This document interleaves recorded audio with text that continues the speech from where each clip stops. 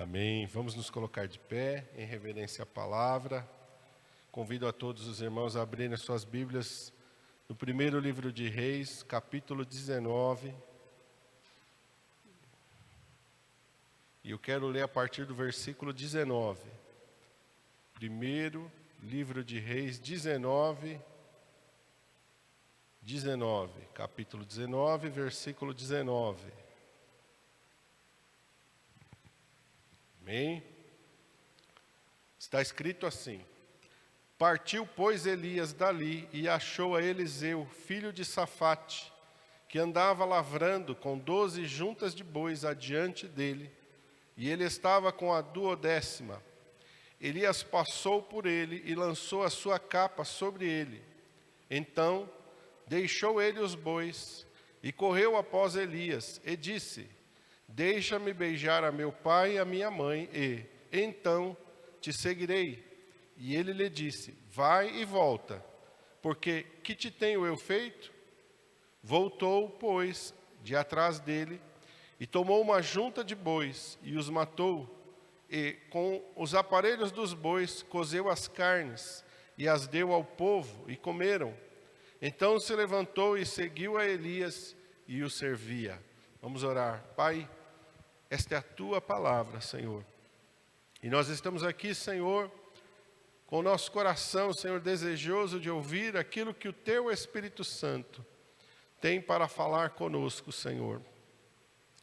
Senhor, que os nossos ouvidos e o nosso coração estejam abertos, totalmente abertos, e estejamos totalmente atentos para receber aquilo que o Senhor tem para repartir a cada um de nós. Fala, Senhor, porque o Senhor disse: nem só de pão viverá o homem, mas o homem viverá de toda a palavra que sai da tua boca. Aleluia! E esta palavra, Senhor, que sai dos teus lábios, nos vivifica, nos fortalece e nos transforma. Que assim seja. Com esta palavra, Senhor, nas nossas vidas, nós te pedimos, neste momento, Pai, em nome do Senhor Jesus. Amém. Os irmãos podem se assentar.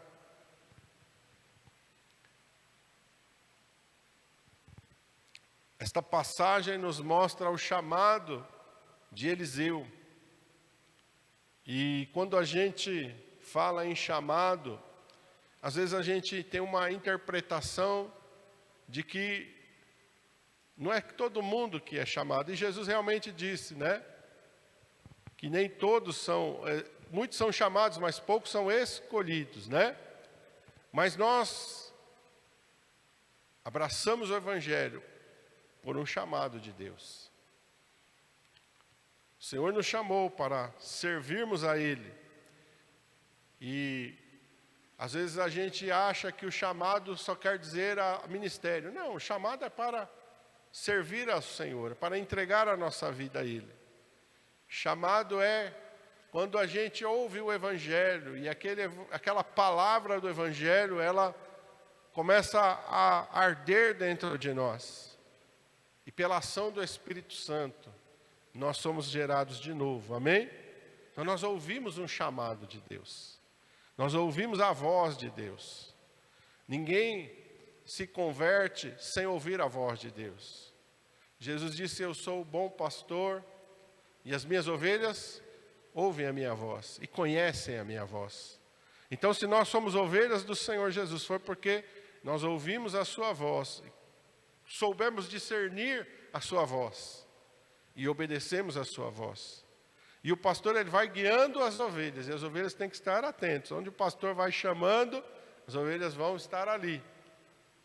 Engraçado que esses tempos o pessoal colocou um vídeo na internet de um lugar que tinha bastante ovelhas. Não sei se vocês viram esse vídeo. Aí o pastor falava para as pessoas: olha, chega lá e grita. E várias pessoas chegavam assim, numa cerca, e o rebanho estava lá, e começava a gritar, as ovelhas nem ligavam.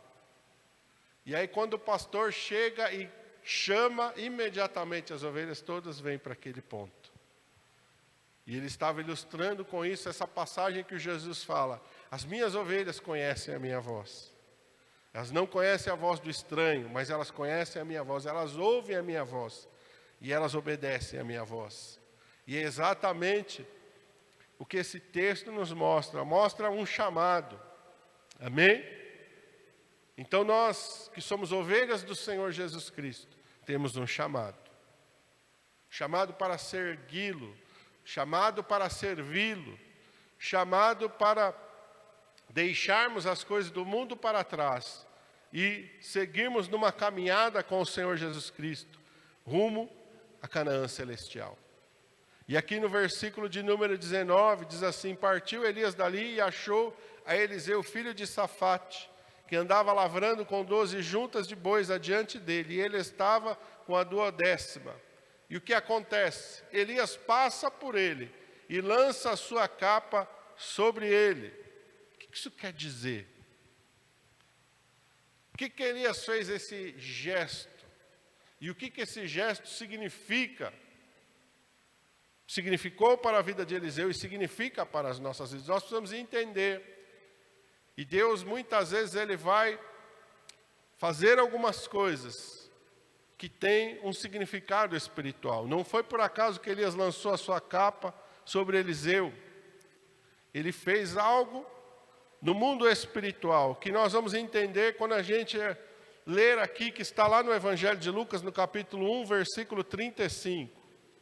Imediatamente quando eu li esse versículo, eu estava meditando, o Senhor me lembrou do que está em Lucas 1, 35, quando o anjo Gabriel está anunciando o nascimento de Jesus para Maria.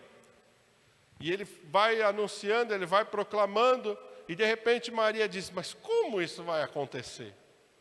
Como é que eu vou engravidar do Espírito Santo? Como é que eu vou gerar dentro de mim o Filho de Deus? Como é que isso vai acontecer? E aí o anjo diz para ela aí no capítulo 1, no versículo 35, respondendo o anjo disse-lhe: descerá sobre ti o Espírito Santo, e a virtude do Altíssimo te cobrirá com a sua sombra, pelo que também o santo que de ti há de nascer será chamado Filho de Deus. Maria não vai ser um nascimento natural, não vai ser uma concepção natural, vai ser algo sobrenatural, porque o Espírito Santo vai descer sobre você, e a virtude do Altíssimo vai te cobrir com a sua sombra. Vamos lembrar lá, Elias passa por Eliseu e ele pega a capa dele, o que ele faz? Ele cobre Eliseu com a sua capa. A capa de Elias repousa sobre Eliseu, e Eliseu é coberto pela capa de Elias. Espiritualmente, aleluia, algo sobrenatural estava acontecendo na vida de Eliseu. E quando Jesus está conversando com Nicodemos e falando do novo nascimento, Nicodemos, ele entra meio que em parafuso, ele diz: como pode um homem velho nascer de novo? Eu vou voltar para o ventre da minha mãe? Espera aí, que coisa é essa? E o Senhor Jesus fala: não, o que é nascido da carne é carne, o que é nascido do Espírito é Espírito. Importa-vos nascer de novo, não da vontade da carne, nem da vontade do varão, mas pelo Espírito Santo de Deus. Aleluia! E quando o Espírito Santo vem sobre nós, quando o Espírito Santo desce sobre nós, quando o Espírito Santo nos cobre, aleluia, uma nova vida é gerada. Uma vida sobrenatural, uma vida espiritual, aleluia, uma vida, aleluia, diferente acontece. Isso, irmãos amados, aleluia, quando o Espírito Santo veio sobre nós, aleluia, e todos nós, no momento que aceitamos ao Senhor Jesus Cristo, fomos gerados pelo Espírito Santo de Deus, nascemos de novo, aleluia. Nascemos de novo, o Espírito Santo desceu, a virtude do Altíssimo nos envolveu, aleluia, e nós nascemos de novo, não de uma semente corruptível, mas de uma incorruptível. O Espírito Santo nos gerou pela palavra de Deus, aleluia. O Espírito Santo fez essa obra. Oh Deus maravilhoso, aleluia. Que coisa maravilhosa é essa. E Deus faz tudo com propósito, Deus não faz nada por fazer. Deus fez com propósito para que o chamado fosse efetivo. O chamado só é efetivo na vida daquele que nasce de novo, daquele que recebe o Espírito Santo, daquele que é envolvido pelo Espírito Santo. Aleluia! Versículo 20 diz assim: então deixou ele os bois e correu após Elias e disse-lhe: deixa-me beijar a meu pai e a minha mãe, e então te seguirei. E ele lhe disse, vai e volta, porque que te tenho eu feito? Quando Deus nos chama, é preciso sair da influência da nossa família. Pastor, quer dizer que eu vou brigar com a minha família? Não. Quer dizer que eu vou romper minha relação? Não. Mas significa que se você for a primeira pessoa a se converter na tua casa, vai acontecer um conflito. Jesus disse isso. Eu não vim trazer paz na terra, eu vim trazer espada, divisão. Mas Jesus está falando, do que Jesus estava falando? Ele falou, de agora em diante, vai ter divisão dentro da casa. E Jesus estava falando exatamente, aquelas pessoas que não conhecem o Evangelho, que não aceitaram o Evangelho, quando vê alguém sendo gerado de novo, quando vê alguém se convertendo, vai ter um choque. As pessoas vão olhar e vão, para com isso aí, você está ficando meio maluca. Alguém está fazendo sua cabeça, está fazendo uma lavagem cerebral. Não, para aí, que negócio é esse? Não, nós temos uma tradição na família, mas nós temos costumes nessa família, aqui, então vai gerar um choque, é isso. E quando Deus nos fala que é preciso sair da influência, é dessa influência. Você nasceu de novo, agora quem governa, quem comanda a sua vida espiritual é Deus, não é mais a influência da tua família. E o Senhor me lembrou de Gênesis capítulo 12. Vamos lá, voltar para Gênesis capítulo 12, quando Deus faz um chamado para Abraão. E a primeira coisa que Deus fala para Abraão, olha o que está escrito em Gênesis 12.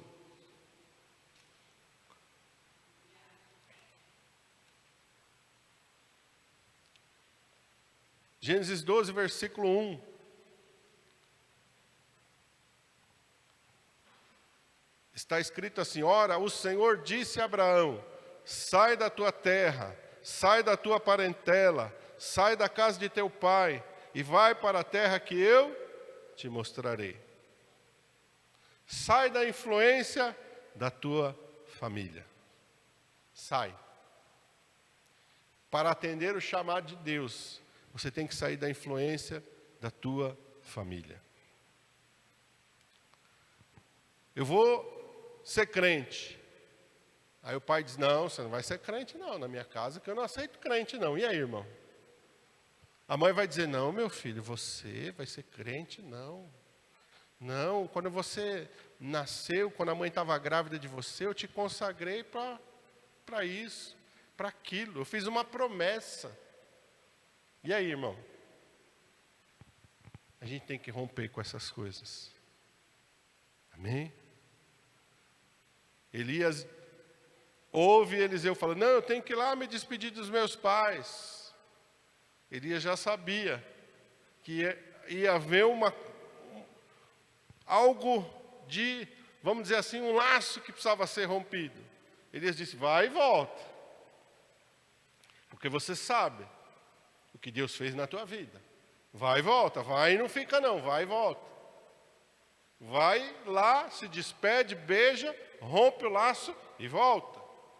Quantas pessoas, elas se convertem, elas aceitam o Senhor Jesus, começam a caminhar, mas de repente, por causa de uma pressão familiar, muitas vezes por causa de uma pressão de amizades, por uma pressão, às vezes, de relacionamento, às vezes está namorando. E aí o namorado ou a namorada não gosta, não, se você for ser crente, eu não quero mais saber de você. Ah, se você for crente, então é preciso sair da influência da família. Para a gente servir a Deus. E Deus sabe que isso é forte. É forte, os laços familiares são fortes. Os laços que muitas vezes nos unem são fortes e é preciso romper. Você não vai desprezar teu pai, você não vai desprezar tua mãe, você não vai desprezar tua família, mas simplesmente você não vai deixar que ela comande a tua vida espiritual. Agora você vive uma nova vida, aleluia. Você sabe o que Deus fez na tua vida. Você nasceu de novo, aleluia. Deus tem um chamado na tua vida. E isso é mais importante do que a vontade do teu pai, do que a vontade da tua mãe, do que a vontade muitas vezes do marido, da esposa. Porque às vezes pode acontecer isso dentro do casamento. Os dois lá, e de repente um se converte, o outro não se converte. Pode acontecer isso. E aí? Ah, meu marido não aceita. Ah, minha esposa não aceita. Você vai virar as costas para Jesus por causa disso? Não. Você sabe o que Deus fez na tua vida. Amém? Jesus fala para os discípulos: ninguém que tenha deixado casas, pais, terra, irmãos, irmãs, marido, esposa. Então é necessário em muitos casos deixar a influência familiar para poder atender o chamado de Deus. Amém? Voltando lá para 1 Reis, versículo 21. Voltou, pois, de detrás dele e tomou uma junta de bois e os matou. E com os aparelhos dos bois cozeu as carnes e as deu ao povo. E comeram. Então se levantou e seguiu a Elias e o servia. O que Eliseu fez? Pegou uma junta de bois, matou os bois com o aparelho, com a madeira lá que compunha a junta de bois. Fez um fogo, assou as carnes, deu aos povos. Comeram, então ele se levantou e seguiu a Elias. Para atender o chamado de Deus, nós temos que romper todos os nossos laços com o mundo. Pode ter nada no mundo que nos prenda. E quantas pessoas Deus tem um chamado. E agora eu vou falar de ministério mesmo. Para quantas pessoas Deus tem um ministério? E a pessoa não aceita o ministério de Deus, porque não quer largar uma profissão, porque não quer largar um lugar, porque não quer largar, às vezes, uma comodidade da sua vida. Quantas pessoas não quer abrir mão de um sonho, não quer abrir mão de um projeto pessoal, não quer abrir mão, às vezes, de uma pessoa que está gostando, não quer abrir mão de um relacionamento que ainda não se transformou num casamento. Eu estou falando de relacionamento, às vezes, de um namoro, às vezes de um noivado, ou às vezes a pessoa está só gostando da outra. Ah, mas se eu for servir a Deus, eu não vou poder levar essa relação adiante. E muitas vezes a pessoa fica presa nisso e não serve a Deus. Eliseu pega ali, mata os bois, pega aquela junta de bois e põe fogo nela. Quer dizer, Eliseu está rompendo completamente. Dava para ele voltar a trabalhar com aquela junta de bois? Aquela não. Por quê? Porque ele matou os bois. Porque ele queimou a madeira, queimou a junta. Então Eliseu está rompendo definitivamente os laços com aquela vida e está assumindo uma nova vida. Ele foi atrás de Elias e passou a servir Elias. Olha, irmãos, a Bíblia diz aqui que ele estava servindo, arando ali, né, lavrando, no verso 19, com 12 juntas de bois adiante dele.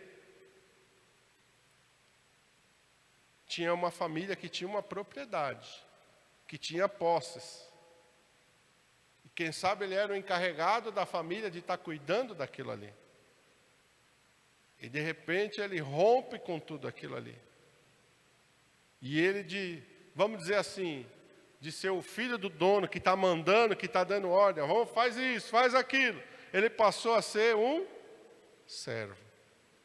Muitas vezes você vai ver as pessoas se referindo a Eliseu como aquele que deitava água sobre as mãos do profeta Elias. Elias já partiu, Elias está na glória. Eliseu está exercendo um ministério profético poderoso. Mas as pessoas vão se referir a ele como aquele que servia a Elias. Servir não é algo pequeno, é algo grande, é algo nobre, é algo poderoso. Jesus disse: eu desci do céu não para fazer a minha vontade, mas para dar a minha vida em resgate de muitos. Eu não vim para ser servido, eu vim para servir.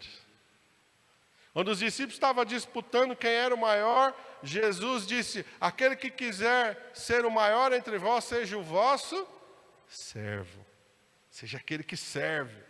No reino de Deus, aleluia, ninguém é maior do que aquele que serve. E nós precisamos entender isso. Porque muitas vezes nós queremos ser servidos, mas nós não queremos servir. Nós queremos receber coisas, mas nós não queremos dar, ou melhor, nos dar. Paulo diz assim: eu de muito boa vontade me gastarei e me deixarei gastar pelas vossas almas. Ainda que amando-vos cada vez mais, seja por vós cada vez menos amado. Olha o que Paulo está declarando, irmãos. Eu vou gastar a minha vida, eu vou me deixar gastar inteiramente no serviço da igreja. Ainda que amando-vos cada vez mais, seja de vós cada vez menos amado. Às vezes a gente, com qualquer coisinha, nos magoa. O irmão não olhou para mim de uma maneira diferente. Ele passou por mim e não deu a paz do Senhor. Mas quantos milindres, muitas vezes, são pedras de tropeço para as pessoas não servirem mais a Deus. Fiquei bravo, aquele irmão falou um negócio que eu não gostei, o pastor falou aquilo que eu não gostei. Mas quantos milindres. E a gente precisa entender, irmãos, nós somos chamados para servir. Nós somos chamados para agradar a Deus. E nós somos chamados para colocar a nossa vida a serviço de Deus. Não é Deus que está a nosso serviço. Somos nós que temos que estar a serviço de Deus. Não é a minha vontade que tem que ser feita, é a vontade de Deus que tem que ser feita na minha vida. Jesus declarou isso no Getsemane: Pai, se possível, passa de mim esse cálice, contudo não seja feita a minha, mas sim a tua vontade. A vontade de Deus tem que prevalecer na nossa vida. Mesmo que a vontade de Deus não esteja de acordo com a nossa vontade. Mesmo que a vontade de Deus não signifique a realização dos meus sonhos, dos meus projetos pessoais. Mesmo que a vontade de Deus signifique que eu vou ter que abrir mão de tudo e a vontade de Deus seja feita na minha vida. Jesus chega para 12 homens e Jesus faz um chamado: vinde após mim. E a Bíblia vai dizer de todos eles que eles imediatamente deixaram tudo e o seguiram. Isso significa servir. Eliseu vai deixar tudo e vai servir a Elias, aleluia. Mas Deus vai fazer algo poderoso na vida de Eliseu e através de Eliseu. Jesus chamou os discípulos e Deus fez algo poderoso na vida dos discípulos e através dos discípulos. Você precisa entender que enquanto você não for capaz de abrir mão da sua vida, de abrir mão de tudo por causa do Senhor, Deus não pode fazer algo poderoso e grandioso em você e através de você. Muitas vezes a gente quer que Deus nos use, a gente quer ver o poder e a glória de Deus se manifestando, mas a gente não quer abrir mão de nada. E é necessário abrir mão de tudo. Jesus fala uma palavra bem forte em Lucas 9, vamos lá, Evangelho de Lucas capítulo 9. Vamos voltar para o Evangelho de Lucas. Capítulo 9, versículo 62.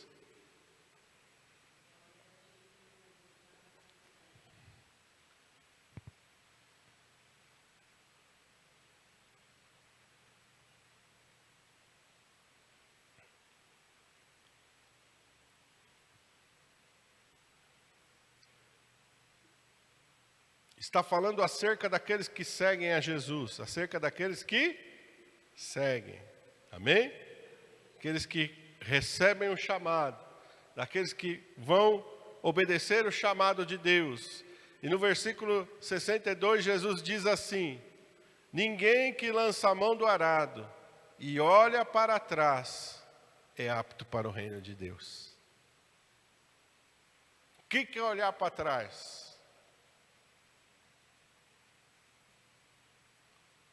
É você ficar dividido. É você ter uma prioridade tão importante quanto o reino de Deus. Eu vou servir a Deus, mas eu também tenho a minha prioridade.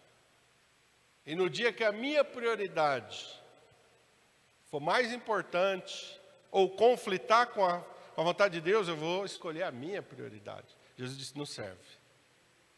Não serve. Imagina Jesus ali, olha, hoje nós vamos lá para Gadara. Aí Pedro, não, hoje não dá. Por quê, Pedro? Não, hoje tem pescaria.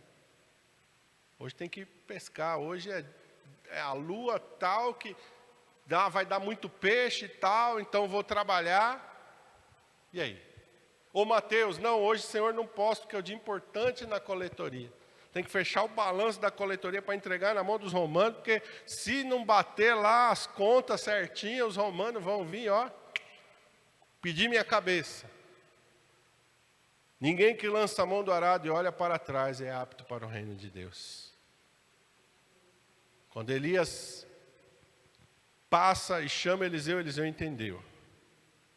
Elias não pediu para Eliseu matar os bois e queimar a junta. Mas Eliseu entendeu que era necessário fazer isso.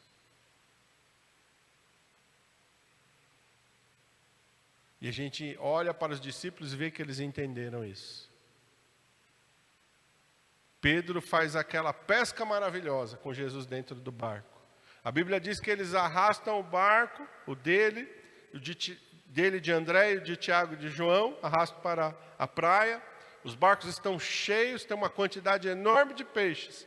Mas o texto, está em Lucas capítulo 5, diz, eles deixam tudo imediatamente e seguem a Jesus. Mas espera aí, os barcos estão cheios de peixe, mas espera aí, não diz se eles venderam, não diz quanto eles lucraram, não diz. Nada disso, sabe por quê? Porque para eles não importava mais quanto dinheiro ia dar a venda daqueles peixes. Para eles não importava mais quem pagaria mais ou menos pelos peixes, porque isso já não fazia mais parte da vida deles. É isso que nós precisamos entender. Se eu quero ser apto para cumprir o meu chamado para com Deus, nada pode ser mais importante. Pastor, hoje eu não posso ir na igreja. Por quê? Porque eu tenho compromisso tal. Porque eu tenho compromisso tal. Se outras coisas são mais importantes do que o nosso tempo com Deus, a gente ainda não foi capaz de matar os bois e de pôr fogo nas juntas. Nós precisamos entender isso.